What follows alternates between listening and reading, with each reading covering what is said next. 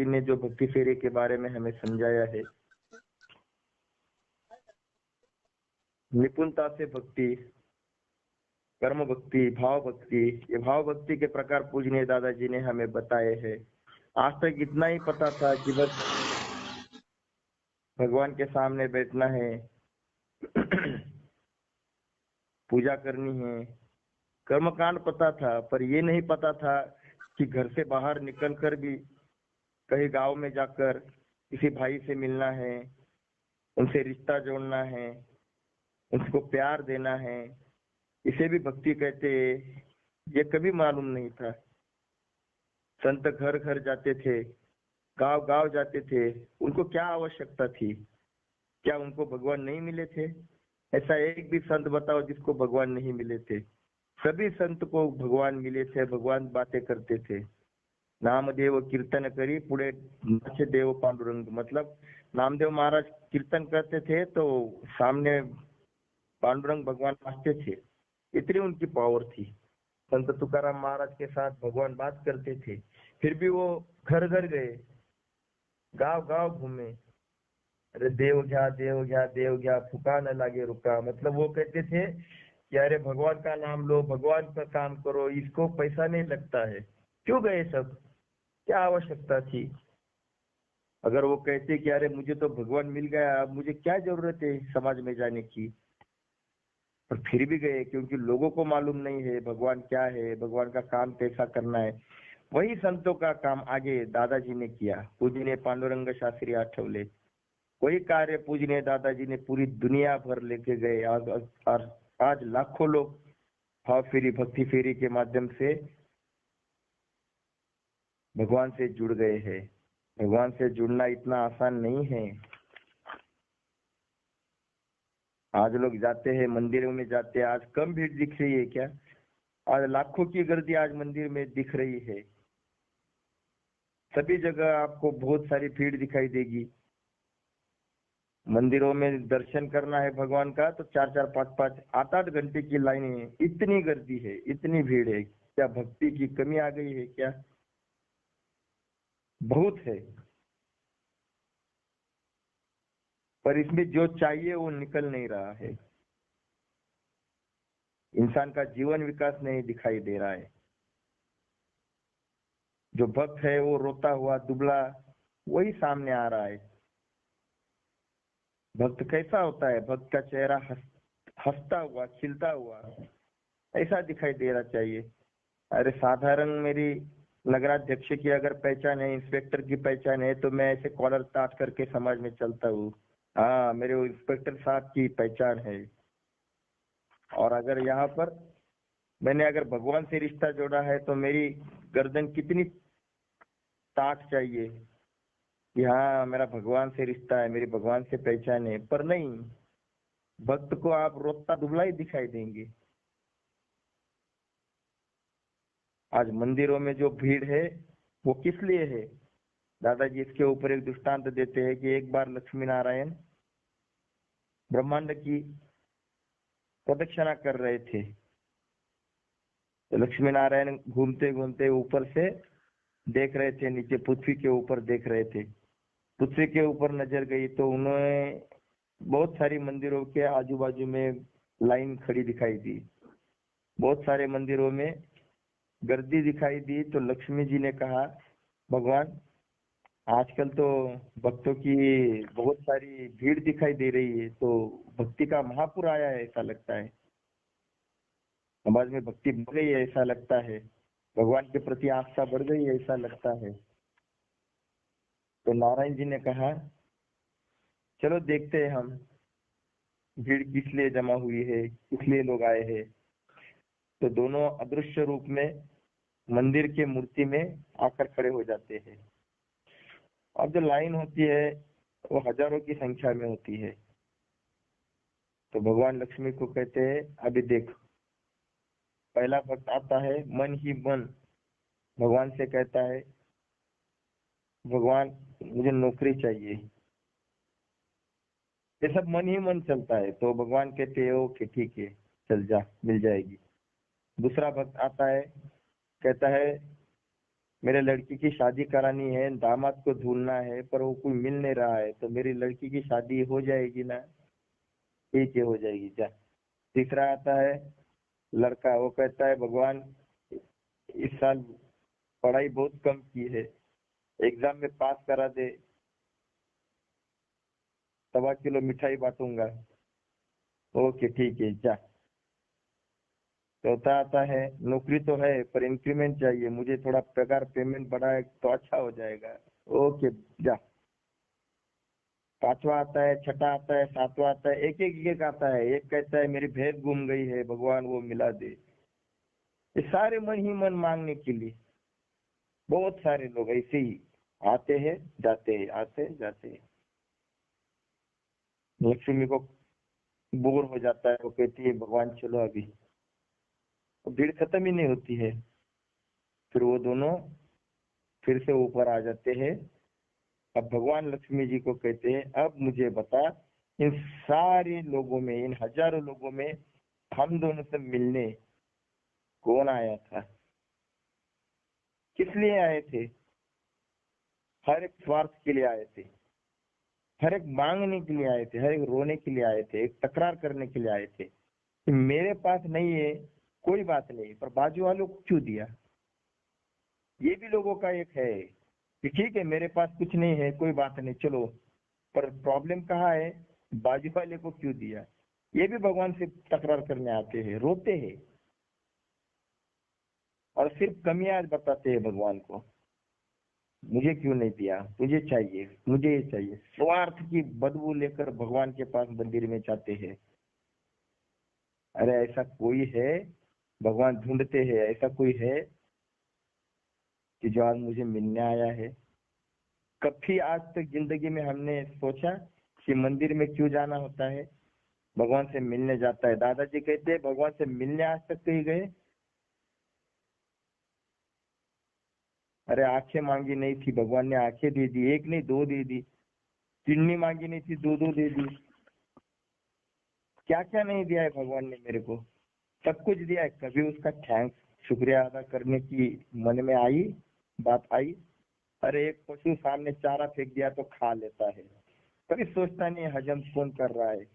अंदर बैठे भगवान को उसको याद नहीं आता है कौन मुझे उठा रहा है, कौन मुझे सुला रहा है। एक पशु को समझ नहीं आता है, और वही एक इंसान है जो पशु जैसा जी रहा है, जिसको ये समझ में नहीं आता है कि मेरे उठाने वाला, मुझे उठाने वाला, सुलाने वाला, खाना हजम करने वाला ये कोई है। ये मैं नहीं कर रहा हूँ, क्या मैं कर रहा हूँ? मेरे बॉडी के अंदर जो भी कुछ चल रहा है इसके ऊपर मेरा क्या कंट्रोल है बताओ? अगर है तो सांस रोक के दिखाओ। 1 मिनट के बाद आदमी जिंदा नहीं रह सकता है, बहुत सी कैपेसिटी है तो 5 मिनट रोक सकता है, पर मुझे नहीं लगता 1 डेढ़ मिनट के ऊपर कोई रोकने की ताकत रखता है। ये केक कौन कर रहा है? मेरा खून जो है, गुरुत्वाकर्षण जो नियम कहता है कि ऊपर की चीज नीचे गिरती है, या खून जो है अंगूठे से लेकर ऊपर चल रहा है, ये कौन चला रहा है? मैं चला रहा हूँ? क्या है इसमें मेरा योगदान? अरे मैं जब सो रहा था तो मेरी सांस चल रही थी, किसने चलाई? मैंने चलाई। मेरे हाथ में है क्या? कुछ भी नहीं है। एक अहंकार छोड़ा क्या है मेरे पास? सिर्फ अहंकार है, मैं कर रहा हूँ। ये जो मैं है ना, यही इंसान के जीवन विकास के बीच में आता है। ये जब तक सामने है तब तक जीवन विकास नहीं होता है, भगवान नहीं दिखता है। ये मैं नहीं कर रहा हूँ, ये कौन कर रहा है? ये भगवान कर रहा है। अरे तू क्या भगवान की सेवा कर रहा है? भगवान ही तेरी सेवा कर रहा है, पूरा जीवन भर भगवान सेवा कर रहा है। पर पर तूने उसको नमस्कार करना चाहिए, ये भी अपेक्षा भगवान नहीं रखता है।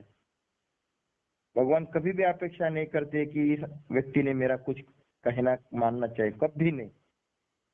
चोर हो या सन्यासी हो, साधु हो या राजा हो, कोई भी हो, सबका हार्ट चलाता है, किसी से अपेक्षा नहीं करता है।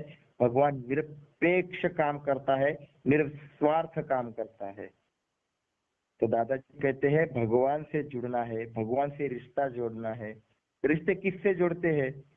समानशीले व्यसनोसी सक्षम, मतलब जिसका व्यसन समान होता है उसकी दोस्ती जल्दी हो जाती है। अगर कोई दारू पीने वाले को दारू पीने वाला मिल गया ना तो उनकी दोस्ती जल्दी हो जाती है। अगर सिगरेट पीने वाले को सिगरेट पीने वाला मिल गया ना, उसकी दोस्ती हो जाती है। अगर अच्छे विचारों वालों को अच्छे विचार करने वाला मिल गया तो उसकी दोस्ती है। इसको क्या कहते हैं? समानशीले व्यसनस्वी सक्षम। जो व्यसन होते हैं ना, वो अगर समान मिल गए तो दोस्ती हो जाती है। अब भगवान से दोस्ती करना है तो भगवान के गुणों को तो मालूम होना चाहिए कि नहीं चाहिए? तो भगवान के अंदर के गुण हमें पता होने चाहिए। वैसे तो 36 गुण है, हमारे जीवन में कब आएंगे? अद्वेष्टा सर्वभूतानां मैत्रा करुणा एवच निर्ममा निरंकार सम दुख सुख क्षमी संतुष्ट सततम योगी। ऐसे तो बहुत गुण है भगवान के, 36 गुण है भगवत गीता में कहे हैं। कितने गुण हमारे जीवन में है और हमें भगवान से सब कुछ चाहिए। दोस्ती तब होती है अगर उस गुणों के ऊपर हम चलना सीखे। और गुण ऐसे तुरंत नहीं आते। ये कोई भट्टी है, लोग कहते हैं आप भगवान का काम करने लगे और आप में बदल तो नहीं दिखाई दे रहा। पहली बात तो ये है कि तू मेरा बदल क्यों देख रहा है? तू तेरा अंदर का देख, मेरा क्यों देख रहा है? दादाजी कहते हैं अगर आप स्वाध्याय करते हो तो आप अपना अभ्यास कीजिए, दूसरों का मत कीजिए कि ये क्यों नहीं बदल रहा है। खुद बदल रहे हो कि नहीं ये देखना चाहिए। आजकल दुनिया सब दूसरों को देखती है, खुद को नहीं देखती। दादाजी कहते हैं खुद के दुर्गुणों को देखो और दूसरे के गुणों को देखो। हम लोग क्या कहते हैं? खुद के गुणों को देखते हैं, दूसरे के दुर्गुण देखते हैं, इसलिए जीवन विकास नहीं होता है। भगवान के अंदर जो गुण है वो हमारे अंदर आने चाहिए। भगवान के पास मंदिर में हम बैठते हैं, जाते हैं, कैसा लगता है? प्रसन्न लगता है। लगता है कि नहीं? भगवान के मुख को देखने के बाद हमें कितना प्रसन्नता महसूस होती है। कितना सुंदर मुख है, कितना अच्छा लगता है। सौंदर्य तब रहता है जीवन में कि हमारे जीवन में भी प्रसन्नता चाहिए। हमारे पास जो बैठता है उसको भी प्रसन्नता लगनी चाहिए। उसको ऐसा लगना चाहिए कि इस भाई के पास अगर मैं बैठूं तो मुझे अच्छा लगता है। क्या मेरे जीवन में ऐसा गुण है कि मेरे पास जब कोई आदमी बैठता है तो उसको प्रसन्न लगना चाहिए? भगवान के पास जब जाता हूँ तो उत्साह ही लगता है। कितना उत्साह आता है जब हम मंदिर में भगवान के सामने बैठते हैं। तो मेरे पास कोई बैठता है तो उसके जीवन में उत्साह आता है? कभी सोचा है हमने? भगवान निरपेक्ष काम करते हैं। क्या मेरे जीवन में ऐसा कोई काम है सातत्य से मैं निरपेक्षता से कर रहा हूँ? सुबह उठने के बाद स्वार्थ की बदबू लेकर उठता हूँ, सोते तक स्वार्थ की बदबू रहती है। भगवान के पास निस्वार्थता की सुगंधता है और मेरे पास क्या है? स्वार्थ की बदबू है। कैसे दोस्ती होगी? और हम कहते हैं भगवान कहाँ है, हमको क्यों नहीं दिखाई दे रहा है? अरे उसको देखने के लिए, एक सूरज को देखने के लिए आपको क्या करना पड़ता है? एक काला चश्मा लगाना पड़ता है, तब भगवान सूरज दिखाई देते हैं। नहीं तो आंखें खराब हो जाएगी, इतनी पावर है उनके अंदर। तो हजारों सूर्य बनाने वाले भगवान के अंदर कितनी ताकत है। ये साधारण आंखें देख सकती है उसे? नहीं देख सकती है। उसको देखने के लिए क्या करना पड़ेगा? भक्ति का चश्मा पहनना पड़ेगा। ये भक्ति का चश्मा तो हम पहनते नहीं, स्वार्थ का चश्मा लेकर बैठते हैं। कैसे भगवान दिखाई देगा? फिर कहते हैं भगवान कहाँ है? अरे वह उठाता है, ये उठाया किसने? तेरे अंदर तो अगर भक्ति होगी तो तुझे उसका स्पर्श महसूस होगा कि भगवान मुझे उठा रहा है। अगर भक्ति है तो तुझे ये समझ में आएगा कि भगवान तेरे इतने पास है, उसका सानिध्य सामीप्य और संबंध तुझे समझ में आने लगेगा। इसलिए दादाजी ने कहा कि मंदिर इसलिए आए हैं भगवान से मिलने के लिए जाना है। दादाजी कहते हैं जिस मंदिर में वेदों का अध्ययन नहीं किया जाता है वहाँ भगवान कैसे रहेंगे? वेदों का अध्ययन होना चाहिए, क्योंकि वो शास्त्र का सांस है और वही सांस वहां पर नहीं है तो वहां कैसे भगवान रहेंगे? शास्त्र का, भगवत गीता का विचार वहां देना चाहिए। वहां स्वार्थ से नहीं जाना चाहिए, निस्वार्थ। तो हम चप्पल जब बाहर निकालते हैं मंदिर के बाहर तो उसका मतलब ये है कि हम अपना अहंकार, मैं ये हूँ, मैं वो हूँ, मैं मंत्री हूँ या मैं कोई पैसे वाला हूँ, ये सब तो चप्पल के रूप में बाहर निकाल और अभी अंदर जाकर बैठ। और मंदिर में जब तू बैठता है तो बाजू वाला तेरा कौन है, गरीब है या कोई अमीर है, या कोई इसकी 10 एकड़ जमीन है, इसकी मर्सिडीज है, मेरे पास ये सब भेदभाव भूल जा। भेदभाव मिटाने की जगह मंदिर है। और आज मंदिर में तो भेदभाव बढ़ गए हैं। जिसके पास पैसा ज्यादा है उसको जल्दी दर्शन मिल जाता है, जिसके पास कम है वो 4 घंटे लाइन में खड़ा रहता है। क्या इसलिए मंदिर आए? इसलिए दादाजी ने हमें स्वाध्याय के माध्यम से ये सारे जो हमारे शास्त्र ने दिए हुए सभी का जीर्णोद्धार किया। मंदिर किस लिए, एकादशी किस लिए, ये जो हम त्योहार मनाते हैं, त्योहार के पीछे का असली अर्थ क्या है। केवल कर्म कांड करते हैं, उसको बाहर निकाला और उसको असलियत दे दी। केवल मंदिर में जाना आना ये एक कर्मकांड हो गया है, पर वही कर्मकांड अगर सोच समझ कर करते हैं तो वो भक्ति हो जाती है। भक्ति एक समझ है, भक्ति एक वृत्ति है। दादाजी ने कहा करना वही है, पर सोच समझ के करो। मंदिर में तो जाना ही है, पर समझ कर जाना है कि मुझे क्यों जाना है। 4 घंटे लाइन में खड़ा हूँ, किस लिए खड़ा हूँ, मांगने के लिए नहीं। भगवान तूने मुझे सब कुछ दिया है, जो कमी है वो मैं पूरी कर लूंगा मेरे कर्मों से। शक्ति है मुझे, तूने दी है, और आज मैं आया हूँ, तुझे मिलने आया हूँ। तो इसलिए दादाजी ने स्वाध्याय केंद्र दिए कि तू जब मंदिर में, तू जब स्वाध्याय केंद्र में बैठता है तो स्वाध्याय केंद्र एक मंदिर है।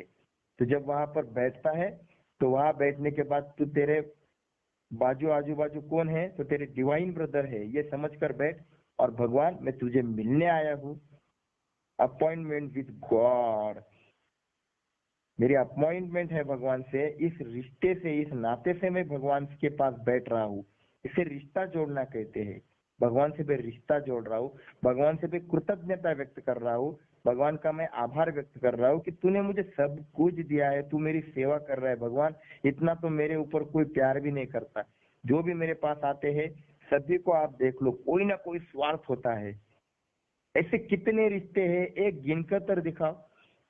कितनी संख्या है। मनुष्य जन्म मिला है निस्वार्थता के लिए, भगवान का लाडला बनने के लिए। हम इंसान के लाडले नहीं बन पाते और हमें भगवान से सब चाहिए। ऐसा कितने लोग हैं हमारे पास जिनसे हमारा निस्वार्थता का संबंध है, दिखाओ। ऐसा एक आदमी दिखाओ, मैं तो कहता हूँ कि जिससे निस्वार्थता का संबंध हमने बांधा है। आज दादाजी ने लाखों लोगों का निस्वार्थता का परिवार खड़ा किया है ताकत। दादाजी को समझना है तो जिंदगी में एक आदमी से निस्वार्थता का संबंध जोड़कर दिखाओ, तो आपको दादाजी का कार्य समझ में आएगा। सुबह उठने के बाद किसे कहाँ पैसा आएगा, कहाँ से स्वार्थ हो जाएगा, यही हमारे जीवन में है। क्या है हमारे जीवन में, क्या इसे मनुष्य जीवन कहते हैं या पशु जीवन कहते हैं। एक पशु की आंखों में केवल स्वार्थ रहता है, और इंसान की आंखों में भी अगर स्वार्थ, रहने दो स्वार्थ, मना कौन करता है। पर दादाजी कहते हैं ऐसा एक काम तो दिखाओ कि जहां मैं निस्वार्थता से रहूंगा। इसीलिए दादाजी कहते हैं कि सभी जगह आपका स्वार्थ रहेगा, पर स्वाध्याय में आते हो तो वहां निस्वार्थता आनी चाहिए। इसलिए हम जब स्वाध्याय केंद्र में हफ्ते में 1 घंटा जब मिलते हैं, बैठते हैं, तो ना भगवान के पास स्वार्थ करते हैं, ना हमारे भाइयों के पास। हम सभी लोग जो रिश्ता जोड़ते हैं एक दूसरे से, सबके पास ज्ञान की कमी नहीं है, सबके पास हजार हजार गुना ज्ञान है। हम ज्ञान बांटने के लिए बात नहीं कर रहे हैं। हम जो मिलते हैं, हम प्यार बांटने के लिए मिलते हैं कि मेरा आपसे संबंध जुड़ गया है, ना आपसे मेरा कोई स्वार्थ है, ना आपका मेरे से कोई स्वार्थ है। हम निस्वार्थता से जुड़ रहे हैं। ये निस्वार्थता से जुड़ने का ये जो काम है आज लाखों लोग कर रहे हैं। आप अमेरिका जाओ, कनाडा जाओ, या इंग्लैंड जाओ, या आप अफ्रीका जाओ, किसी भी देश में जाओ, आज दादाजी ने एक कार्य खड़ा करके दिखाया है। अफ्रीका में एक जंगल है, अफ्रीका में एक जंगल है, इक्वेडोर का जंगल है। तो वहां पे कुछ क्रिश्चियन मिशनरी गए थे, 4-5 क्रिश्चियन मिशनरी गए थे। किस लिए गए थे, वो क्रिश्चियन धर्म का प्रचार करने के लिए गए थे। तो जब वो गए तो वहां ओका नाम की एक मनुष्य जात है, जमात है। वहां जो भी इंसान गया उसको वो मार कर खा डालते हैं। उनको, उनकी जान लेते हैं, और केवल जान नहीं लेते, उसको खा डालते हैं। इतने भयानक राक्षसी लोग थे। और ये जो 5 लोग गए थे, ये सब सॉलिसिटर, वकील, डॉक्टर, ऐसे एजुकेटेड लोग थे। वो धर्म का प्रसार करने के लिए गए थे, वहां उनको मार डाला, खा डाला। और ये न्यूज जो है चर्च में मीटिंग की गई, तो वहां सभी को, वो जो शहर है वो सभी क्रिश्चियन लोगों को बुलाया गया और उनको बताया गया कि ये जो 5 लोग हमारे गए थे, वो भयानक जंगल है वहां पे, तो उनको मार डाला गया है। तो उनकी बीवी वगैरह, पत्नी, बच्चे सब आए थे, और गांव के, शहर के सभी लोग वहां इकट्ठा हो गए, और ये सब हो गया। तब उनके जो गुरु है क्रिश्चियन मिशनरी जो पादरी कहते हैं, तो उन्होंने अनाउंस किया कि अब वहां पर जाने के लिए कौन तैयार है। जहाँ इंसान को खाया जाता है वहां धर्म प्रसार करने के लिए कितने लोग तैयार है। आपको यकीन नहीं आएगा, वहां हजारों लोगों ने हाथ ऊपर किया कि हम लोग जाने के लिए तैयार है। किस लिए जाना था? मरने के लिए जाना था। लोग तैयार हो गए और वहां गए। आज ऐसी परिस्थिति है कि वहां पर क्रिश्चियन धर्म का प्रसार हो गया है, वहां सारे लोग क्रिश्चियन हो गए। इसे कहते हैं धर्म का काम करना। यहाँ बैठे बैठे लंबा पैर करके टीवी देखते हुए सिगरेट फूकने वाले लोग क्या धर्म का काम करेंगे? मुझे सब कुछ आता है। अरे तुझे सब कुछ आता है तो शर्म आनी चाहिए कि आज तक किसी आदमी के पास जाकर उसको समझाया, किसी को भगवान का काम बताया। बस मुझे सब कुछ आता है। अरे यही तो स्वार्थ है कि तुझे आया पर तेरा डिवाइन ब्रदर वहां बैठा है, उसको कुछ नहीं पता है, उसके पास कौन जाएगा? अरे यहाँ ऐसे ही क्रिश्चियन धर्म नहीं फैला। हम लोग उनको बोलते हैं ये लोग ऐसे यहाँ आते, अरे यहाँ आते, तूने कभी आज तक किसी गांव में जाकर किसी से रिश्ता बांधा? करना कुछ नहीं है। दादाजी कहते केवल बोलना है। यही तो प्रॉब्लम है। मैंने आज तक कहीं कुछ काम नहीं किया, बस मेरा मेरा मेरा देख रहा हूं मैं। इस स्वार्थ से बाहर नहीं निकले। बस बदल सबको चाहिए, करना कुछ नहीं है। भगवान आएंगे, अरे भगवान ऐसे नहीं आते हैं। भगवान कब आते हैं? यदा यदा हि धर्मस्य ग्लानिर्भवति भारत अभ्युत्थानम अधर्मस्य तदात्मानं सृजाम्यहम्। ये तो है, धर्म की ग्लानि आती है तब आते हैं, पर धर्म की ग्लानि आती है तो जब जब ऋषि मुनि महापुरुष थक जाते हैं तभी भगवान उनकी मदद के लिए आते हैं। हम अगर कुछ नहीं करेंगे तो भगवान हम मदद के लिए कभी नहीं आएंगे।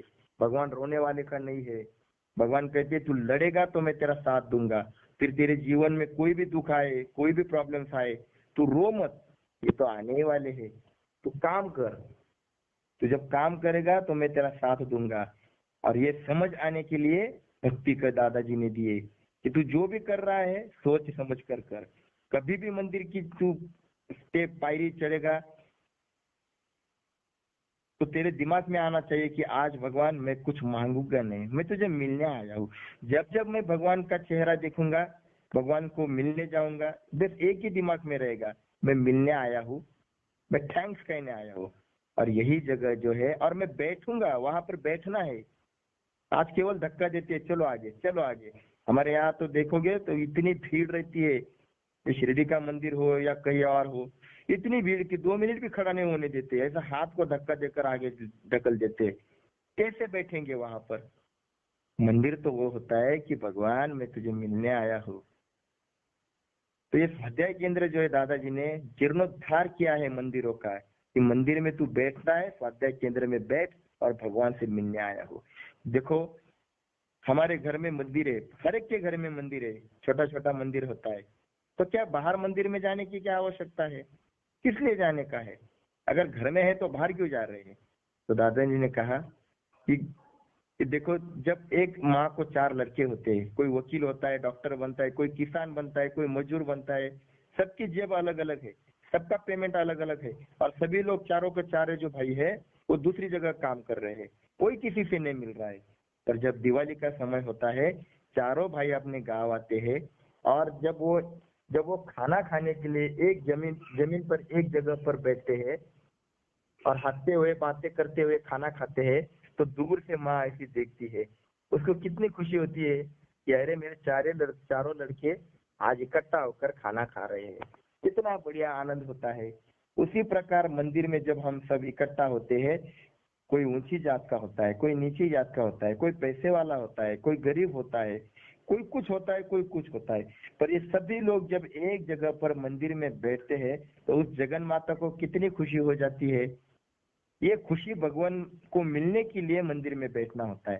कि हम कोई भी हो, हमारे अंदर कितने सारे भेद है, ये सब भूल कर हम डिवाइन ब्रदर, हम दैवी बंधु मानकर वो मंदिर में जब हम बैठते हैं तो भगवान को खुशी होती है। वो खुशी मिलाने के लिए वहां पर बैठना है, स्वार्थ से नहीं बैठना है। इसलिए स्वाध्याय केंद्र में आते हो, दादाजी ने पहले फिक्स किया है हर एक के दिमाग में कि ये जगह ऐसी है कि यहाँ तुझे कुछ नहीं मिलने वाला है। दादाजी ने कभी भी किसी को प्रलोभन देकर नहीं बुलाया है, बल्कि स्पष्टता से ये समझाया है कि तुझे भगवान ने सब कुछ दिया है, उसकी कृतज्ञता व्यक्त करने के लिए स्वाध्याय है, कुछ मांगने के लिए स्वाध्याय नहीं है, किसी स्वार्थ के लिए स्वाध्याय नहीं है। अगर तुझसे होता है तो कर, नहीं तो तेरा चल रहा है चलने दे। इतनी स्पष्टता से आज तक किसी ने भी इंसान को नहीं जोड़ा है। आज हम लोग 25-25 साल से भगवान का काम कर रहे, गांव गांव खेड़ों पाड़ों में जाते हैं, खुद का टिफिन टिकट टाइम लेकर, हमें कोई 1 रुपया नहीं देता है, क्योंकि भक्ति करनी है खुद के पैसे से। तू तेरा घर बांधता है खुद के पैसे से, पिक्चर को बीवी को लेकर घुमाने जाता है खुद के पैसे से, सब कुछ खुद के पैसे से करता है, तो भक्ति क्या दूसरे के पैसे से करनी है? खुद के पैसे से। मंदिर खड़ा करना है क्या दूसरे के पैसे से खड़ा करते हो? दादाजी कहते उसे क्या मंदिर कहते, जिसको भीख मांग कर खड़ा किया है? अरे मंदिर खुद के पैसों से खड़ा करना होता है। मतलब गांव का अगर मंदिर है तो गांव के लोग खुद इकट्ठा होकर सब कुछ करेंगे। क्यों किसी के पास स्पॉन्सर खड़ा करने का, इसने 1 लाख दिए उसने 2 लाख दिए? मंदिर जो होता है वो खुद के पैसे से खड़ा होना चाहिए, दूसरों के नहीं, मांगने से नहीं।